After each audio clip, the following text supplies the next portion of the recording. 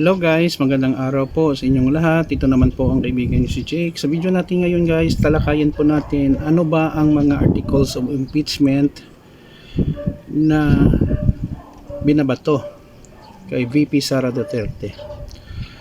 So kung bago lang kayo sa channel ko at gusto nyo ang video nito, paki-like lang po, share, and huwag kalimutang mag-subscribe sa channel ko. Maraming salamat po. Lumalaki na pong channel natin.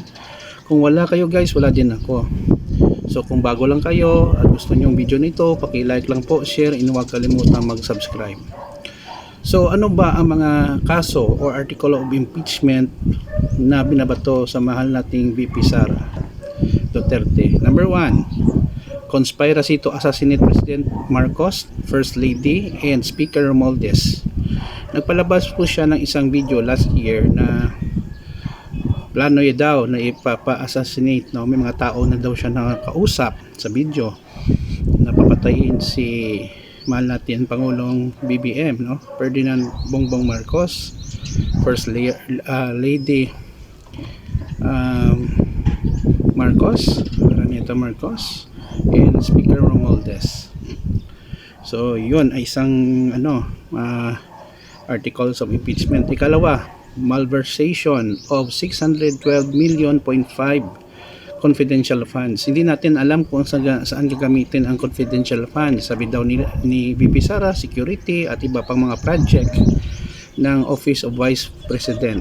So hindi talaga mapaliwanag. So yun, ikalawa yun. Ikatatlo, bribery and corruption in DepEd. Mga school supplies, mga building, mga projects sa DepEd during the time na DepEd Secretary pa si Vice President Sara Duterte.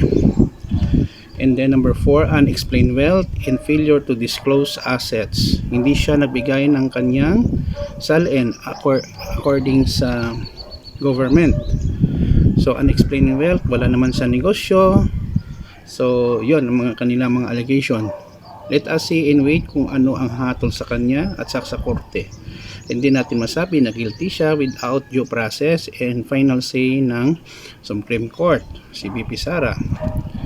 Ikalima, involvement in extrajudicial killings, Davao Death Squad. Nako, ito po, sobrang init ng balita regarding sa Davao Death Squad. Hanggang ngayon wala rin lumalabas na mga witness. May mga witness pero hindi din credible ang kanila mga statements, so mahirap din mag-judge, no?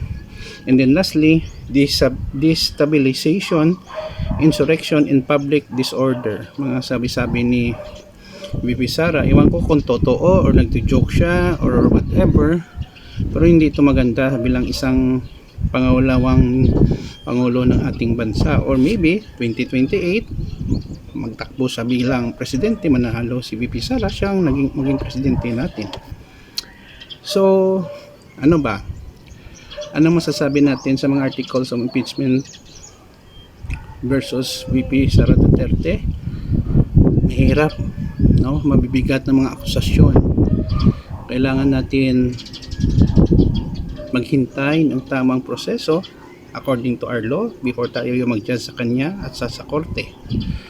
And then magiging vigilant tayo sa mga issue sa ating pamahalaan. Yun lang po guys, hindi tayo makapag-judge kasi hindi pa siya napatunayan.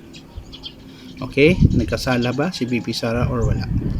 Yun lang po guys, maraming salamat po sa inyong panonood. Please like, share, and huwag kalimutang mag-subscribe sa channel ko. Mahal ko kayo guys. Keep safe everyone. Bye bye.